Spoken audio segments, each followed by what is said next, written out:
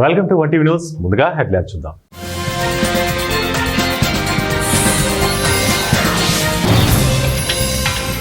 సింగరేణి కార్మికులకు డబుల్ ధమాకా, దీపావళికి మరో బోనస్.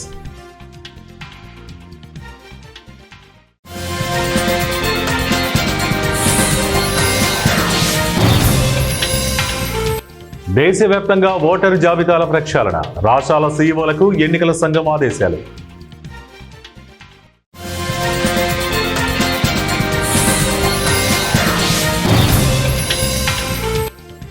నవంబర్ 5 నుంచి 15 వరకు 3 విడతల్లో బీహార్ అసెంబ్లీ ఎన్నికలు.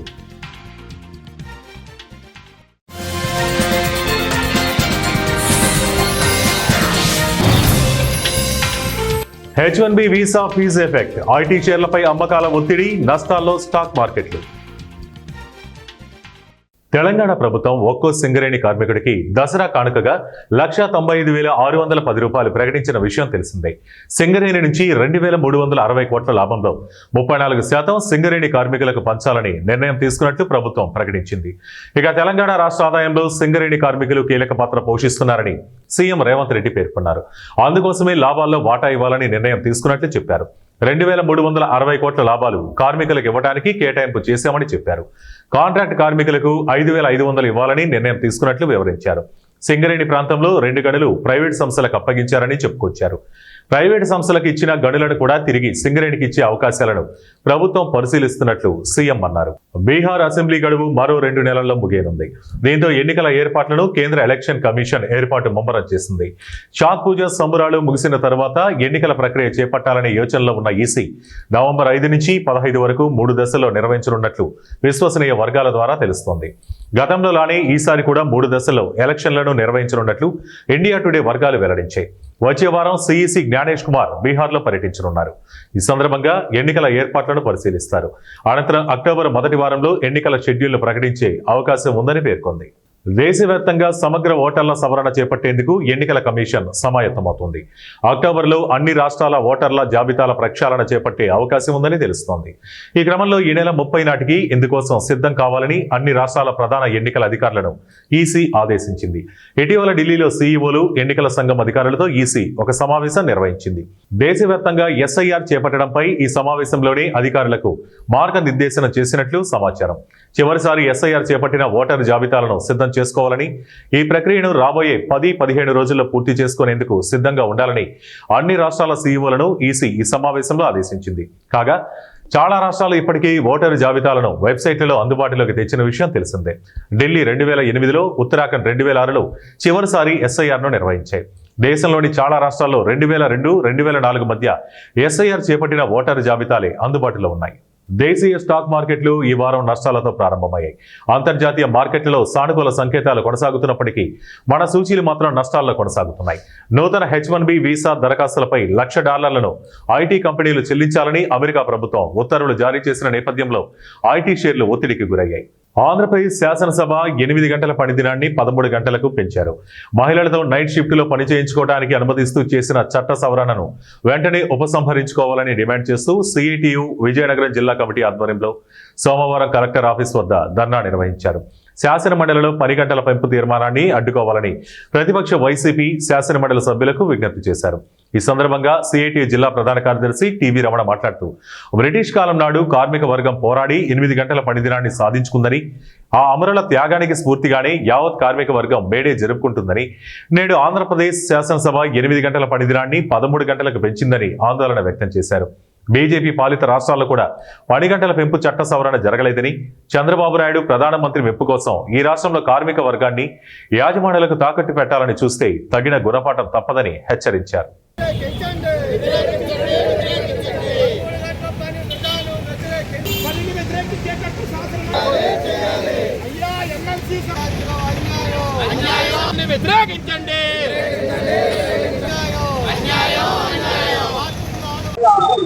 మొన్న 20వ తేదీన అసెంబ్లీలో ఈ రాష్ట్రంలో కార్మిక వర్గానికి 10 గంటలు పెంచుతూ తీర్మానం చేశారు. ఈ రోజు వరకు ఈ దేశంలో, ప్రపంచంలో 8 గంటల పనిదినం అనేది అమల్లో ఉంది. మన దేశంలో లేబర్ కోడ్లని మోడీ ప్రభుత్వం తెచ్చినాక దాన్ని అమలు చేసే పనిలో భాగంగా మన చంద్రబాబు నాయుడు గారి ప్రభుత్వం, కూటమి ప్రభుత్వం రాష్ట్రంలో 8 గంటల పనిదినాన్ని 10 గంటల నుండి 13 గంటల వరకు యాజమాన్యం చేయించుకోవచ్చని చెప్పి తీర్మానం అసెంబ్లీలో చేసింది. ఈ రోజు శాసన మండలికి ఆ తీర్మానాన్ని పంపించి శాసన మండలిలో ఆమోదానికి పెడుతుంది. ఈ సందర్భంగా ఈ కూటమి ప్రభుత్వానికి ఒకటే చెప్పదలుచుకున్నాం. 8 గంటల పనిదినాన్ని ప్రపంచ కార్మిక వర్గం పోరాడి సాధించుకొని 139 సంవత్సరాలు అవుతుంది. ఈ 139 సంవత్సరాల చరిత్రలో ఈ 8 గంటల పనిదినం జోలికి ఏ ఒక్క నాయకుడు రాలేదు. చివరికి యాజమాన్యాలు కూడా రావడానికి వెనుకడు చేశాయి. 8 గంటల పని దాటి చేస్తే ఓటీ ఇచ్చి పని చేసుకోవాల్సిన పరిస్థితి ఈ రాష్ట్రంలో చట్టంగా ఉంది, ఈ దేశంలో చట్టంగా ఉంది. దానికి తూట్లు పొడిచే పద్ధతిలో చంద్రబాబు నాయుడు గారు, కూటమి ప్రభుత్వం యజమానులకి సేవ చేసేటట్టు, కార్మికులకి నష్టం చేసేటట్టు, యజమాని సేవల్లో తరిస్తున్నట్టు ఈ చట్టాన్ని చేశారు. బీజేపీ ప్రధానమంత్రి నరేంద్ర మోడీ 75వ జన్మదినోత్సవాన్ని పురస్కరించుకుని దేశవ్యాప్తంగా నిర్వహిస్తున్న సేవా పక్షోత్సవాలలో భాగంగా బద్వేల్ బీజేపీ కార్యాలయంలో మెగా రక్తదాన శిబిరం ఏర్పాటు చేశారు. ఈ కార్యక్రమంలో యువత పెద్ద ఎత్తున పాల్గొని రక్తదానం చేశారు.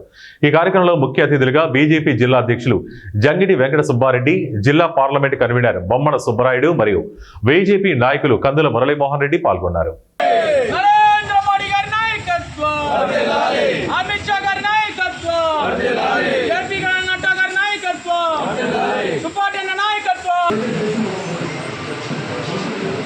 ఓకేనా?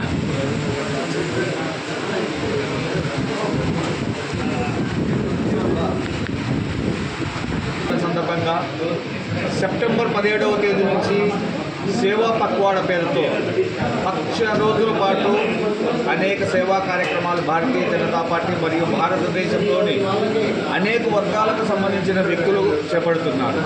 దీనిలో భాగంగా నేడు కడప జిల్లా బద్వేల్ నియోజకవర్గం బద్వేల్ టౌన్లో బద్వేల్ రూరల్ మరియు అర్బన్ మండలాలకు సంబంధించిన మా నాయకులందరూ రక్తదాన శిబిరాన్ని ఏర్పాటు చేయడం జరిగింది.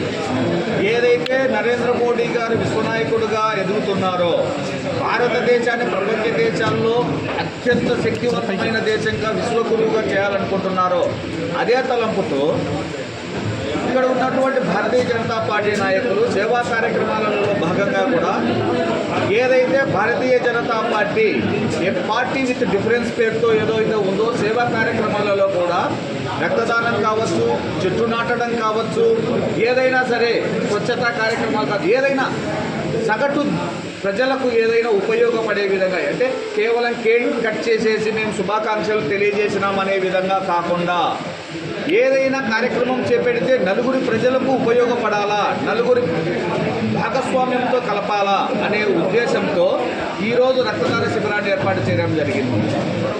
ఏదైతే నరేంద్ర మోడీ గారు ఉన్నారో ఆయన ఈ మధ్య కాలంలోనే జనరేషన్ నెక్స్ట్ జీఎస్టీ ప్రతి ఒక్క క్రింది స్థాయి వ్యక్తికి కూడా ఉపయోగపడే విధంగా ప్రతి వస్తువు మీద రేటు. కడప జిల్లా బద్వేలు మున్సిపాలిటీ పరిధిలో 18, 20, 21 వార్డు పుచ్చలపల్లి సుందరయ్య నగర్, ఐలమ్మ కాలనీ, జ్యోతి బస్ కాలనీ, మహమ్మద్ కాలనీలో కనీస మౌలిక సౌకర్యాలు కల్పించాలని భారత కమ్యూనిస్టు పార్టీ ఆధ్వర్యంలో సిఐటియు ఆఫీస్ నుండి రెవెన్యూ డివిజనల్ ఆఫీస్ వరకు ప్రదర్శనగా వెళ్లి ధర్నా నిర్వహించారు. సిపిఎం జిల్లా కార్యదర్శి ధర్నా ఉద్దేశించి మాట్లాడుతూ కామ్రేడ్ పుచ్చలపల్లి సుందరయ్య పేరుతో 2001 డిసెంబర్లో భూ పోరాటం నిర్వహించి సిపిఎం నాయకులు, కార్యకర్తలు 18 రోజులు సెంట్రల్ జైలు జీవితం అనుభవిస్తే 3600 కుటుంబాలకు ఇళ్ల స్థలాల పంపిణీ జరిగిందని, ఐలమ్మ కాలనీ, జ్యోతి బస్ కాలనీ నాటికే ఆ భూమిలో ఉన్న కబ్జాదారులు నకిలీ పట్టాలన్నింటినీ తర్వాత కాలంలో రెవెన్యూ అధికారులు రద్దు చేశారన్నారు.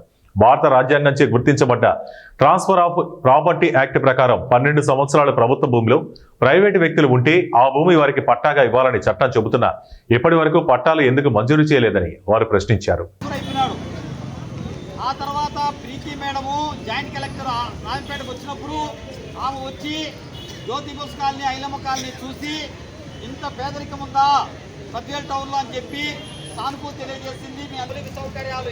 భారత communist party, Marxist, CPIM, Badvel పట్టణ కమిటీ, అట్లూరు మండల committee, Badvel rural committee, Gopavaram, B Kodur ప్రాంతాల నుంచి పేద ప్రజలందరూ కూడా వాళ్ళు నివాసం ఉన్నటువంటి స్థలాలకు ఇళ్ల పట్టాలు ఇవ్వాలని, అట్లాగే ప్రభుత్వ భూమి పేదలకు 1.5 ఎకరా భూమిలే నిరుపేదలందరికీ ఇవ్వాలని అర్జీలు తీసుకొని వచ్చి ఆర్డీఓకు ఇవ్వడం జరిగింది.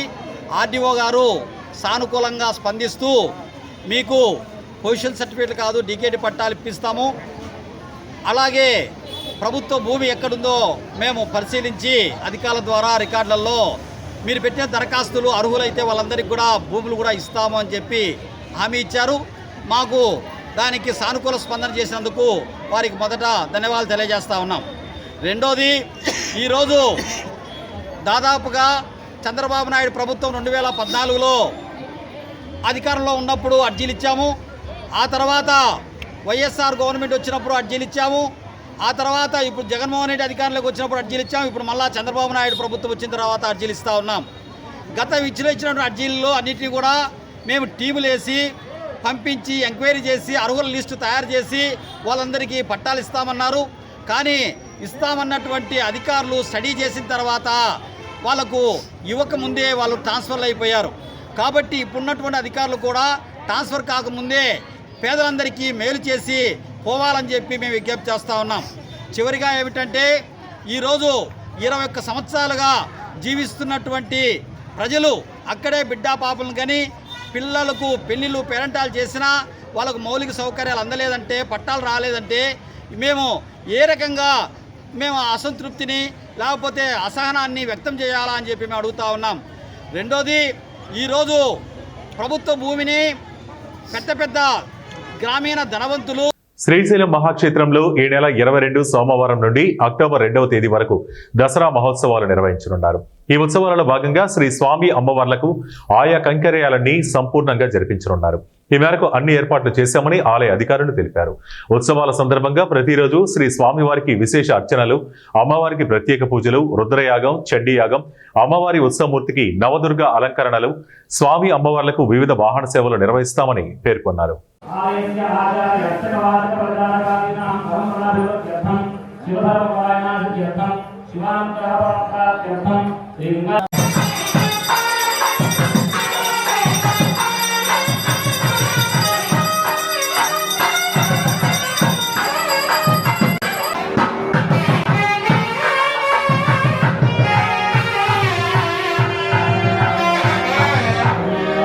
శ్రీకాకుళం జిల్లా పలాస సామాజిక ఆసుపత్రిలో నిర్వహిస్తున్న సదనంకు హాజరైన వికలాంగులు సంబంధిత వైద్యుల సమయానికి రాకపోవడంతో నరక యాతన అనుభవిస్తున్నారు.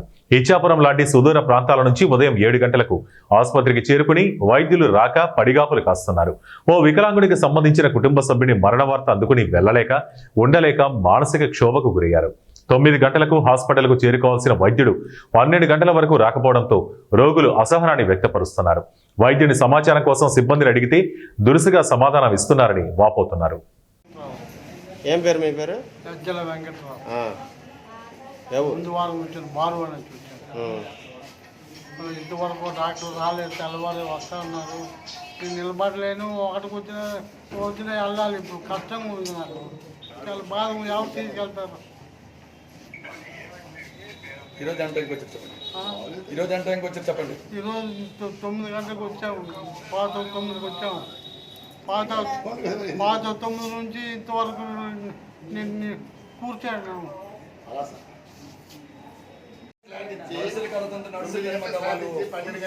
లేకపోతే వికలాంగులకి ఎందుకండి కారణం? స్లాట్ 9కి ఇచ్చారండి, మేము 8కి వచ్చామండి ఇక్కడికి. అయినప్పటికి కూడా ఇప్పటికీ ఒకరికి కూడా చూడకుండా లేకపోతే వాయిదానే వేయాలా, ప్రైవేట్ ఉంటారని చెప్పేసి వాళ్ళు ప్రైవేట్ క్లినిక్లో వాళ్ళు వైద్యం చేసుకొని తర్వాత సుఖపడి మాకు సూపరింటెండెంట్ గారు కూడా లేరు అందుబాటులో.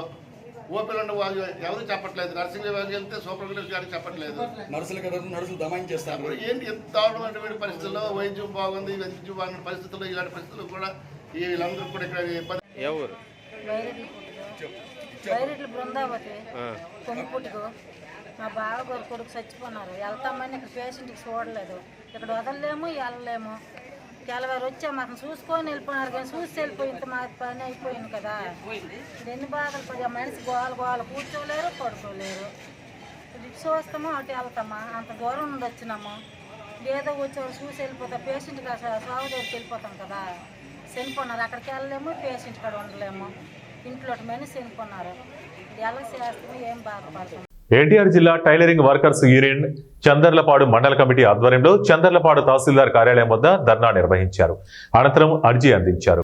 ఈ సందర్భంగా సిఐటియు ఎన్టీఆర్ జిల్లా కార్యదర్శి కె గోపాల్ మాట్లాడుతూ టైలర్స్ కు రాష్ట్ర ప్రభుత్వం ఆర్థిక సహాయం అందజేయాలని, సంక్షేమ బోర్డు ఏర్పాటు చేయాలని, కుట్టు మిషన్ల కొనుగోలుకు ప్రభుత్వం రుణాలు ఇవ్వాలని కోరుతూ టైలరింగ్ వృత్తిని జీవనోపాధిగా చేసుకుని రాష్ట్ర వ్యాప్తంగా లక్షలాది మంది పనిచేస్తున్నారని, చదువుకున్న తగిన ఉపాధి దొరక్క ప్రభుత్వంపై ఆధారపడకుండా స్వయం ఉపాధి పొందుతూ జీవనం సాగిస్తున్నారు. అయితే కొన్ని సంవత్సరాలుగా ఈ రంగం కుంటుపడింది. రెడీమేడ్ వస్త్రాల రాకతో పనులు లేక పస్తులుండాల్సిన పరిస్థితి ఏర్పడింది.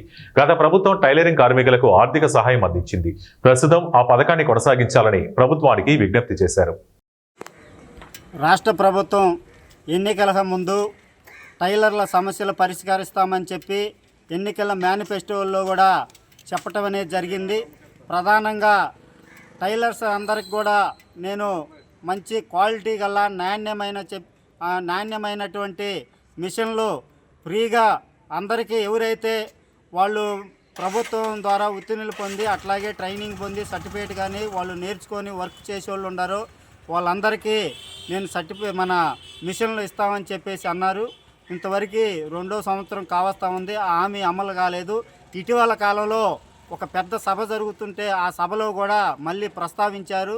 టైలర్లకి నేను మిషన్లు ఉచితంగా ఇస్తామని చెప్పేసి స్వయంగా ముఖ్యమంత్రి గారు అన్నారు. దా హామీని వెంటనే అమలు చేయమని చెప్పేసి మేము ఈరోజు టైలర్ వర్కర్స్ యూనియన్గా రాష్ట్ర ప్రభుత్వాన్ని మేము అడుగుతా ఉన్నాం. అదేవిధంగా గత ప్రభుత్వంలో టైలర్లకి కనీసం నిరుద్యోగ చేయూత కింద వాళ్ళకి టైలర్లకి 10,000 రూపాయలు ఇచ్చారు. ఇప్పుడు ధరలు బాగా పెరిగిపోయినాయి. అందువల్ల కనీసం 25,000 రూపాయలు ఇస్తే తప్ప ఈరోజు వాళ్ళ జీవనం గడిచే పరిస్థితి లేదు. అందుకని గత ప్రభుత్వంలో ఇచ్చినట్టుగా చేయూత 25,000 రూపాయలు ఇవ్వాలని చెప్పేసి కూడా మేము ఈ సందర్భంగా రాష్ట్ర ప్రభుత్వాన్ని అడుగుతా ఉన్నాం. చాలామంది పనులు లేక మొత్తం వాళ్ళు చేసే వృత్తి పక్కన పెట్టి వేరే పనులు చేసే పరిస్థితి ఈరోజు కనపడతా ఉంది. అందుకనే వాళ్ళకి ప్రభుత్వం తక్షణమే ఆ సాయం అందించాలని, అదేవిధంగా మిషన్లకు సంబంధించి మన ప్రభుత్వం వాళ్ళకి ఎస్సీ ఎస్టీ బీసీ కార్పొరేషన్లు ఎట్టా ఉన్నాయో వాళ్ళకు కూడా వడ్డీ లేని రుణాలు ఈరోజు కార్పొరేషన్ ద్వారా వాళ్ళకి ఇవ్వాలని చెప్పేసి మేము రాష్ట్ర ప్రభుత్వాన్ని డిమాండ్ చేస్తూ ఉన్నాం. అదేవిధంగా పనిచేస్తున్నప్పుడు వాళ్ళకి ఏదన్నా అది మిషన్ కానీ ఏదన్నా తగిలి కుచ్చుకున్నా ఏదన్నా పని చేయని పరిస్థితి ఉంది. 3 నెలలు 4 నెలలు 5 నెలలు. ఆ 5 నెలల కాలం భవన నిర్మాణ కార్మికులకి ఎలా అయితే సంక్షేమ బోర్డులో వాళ్ళకి చేయూతగా భృతి ఇస్తున్నారో ఆ విధంగా వీళ్ళకి సంక్షేమ బోర్డు ఏర్పాటు చేసి భృతి ఇవ్వాలని చెప్పేసి, అట్లాగే పనిచేస్తున్నప్పుడు ఎవరైనా ప్రమాదశాతం మరణిస్తే వాళ్ళకి ప్రమాద బీమా 10 లక్షల రూపాయలు ఇవ్వాలని చెప్పేసి కూడా మేము రాష్ట్ర ప్రభుత్వాన్ని డిమాండ్ చేస్తూ ఉన్నాం. ఎందుకంటే అనేక రకాల పనిచేసే కార్మికులందరికీ ప్రమాద బీమా వర్తిస్తుంది. వీళ్ళకు కూడా టైలర్లకి వర్తించాలని చెప్పేసి మేము అడుగుతూ ఉన్నాం.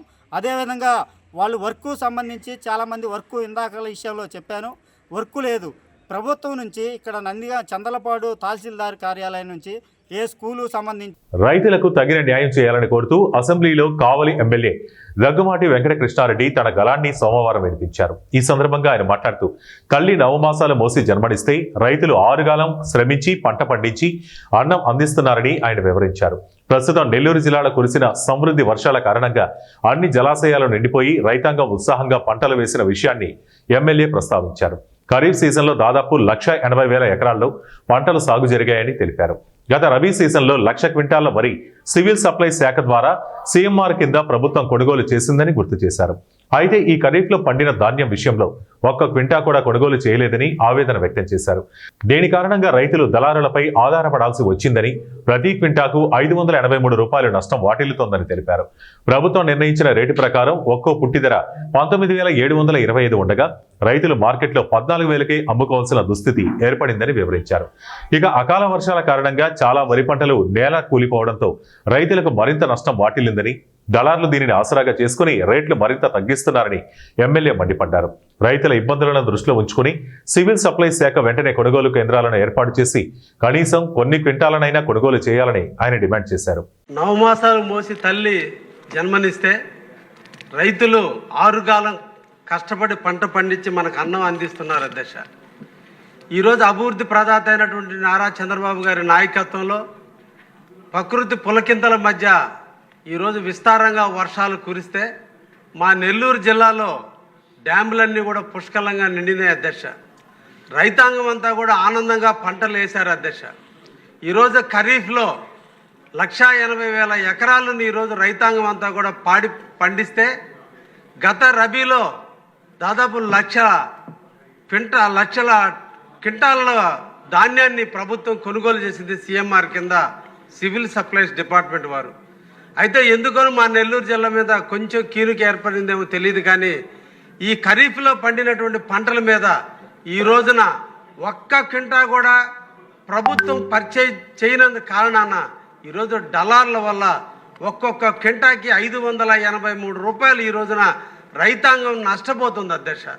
ఈ రోజున ఒక్కొక్క పుట్టి ప్రభుత్వం నిర్ణయించినటువంటి రేటు ప్రకారం 19,725 రూపాయలు ఉంటే ఈరోజు మార్కెట్లో 14,000 రూపాయలకి ఈ రోజున మార్కెట్లో కొనాల్సినటువంటి పరిస్థితి ఉంటే సివిల్ సప్లైస్ వారు పలు సభల్లో మేము తెలియజేసినప్పటికి కూడా ఒక్క ఎకరాలకు కానీ ఒక్క పుట్టి కూడా కొనటువంటి పరిస్థితి ఉంది అధ్యక్ష.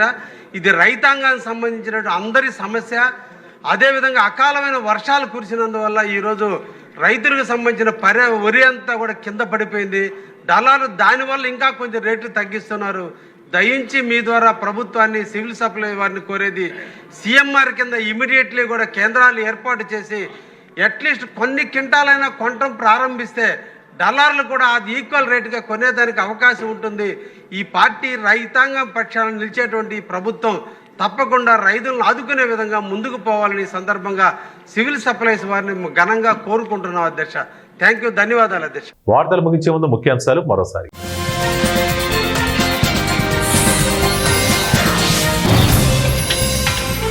సింగరేణి కార్మికులకు డబుల్ ధమాకా, దీపావళికి మరో బోనస్.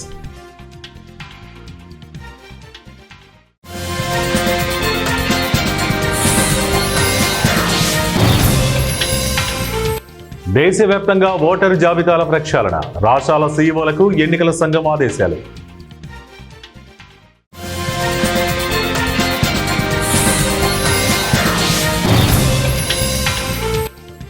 నవంబర్ 5 నుంచి 15 వరకు 3 విడతల్లో బీహార్ అసెంబ్లీ ఎన్నికలు.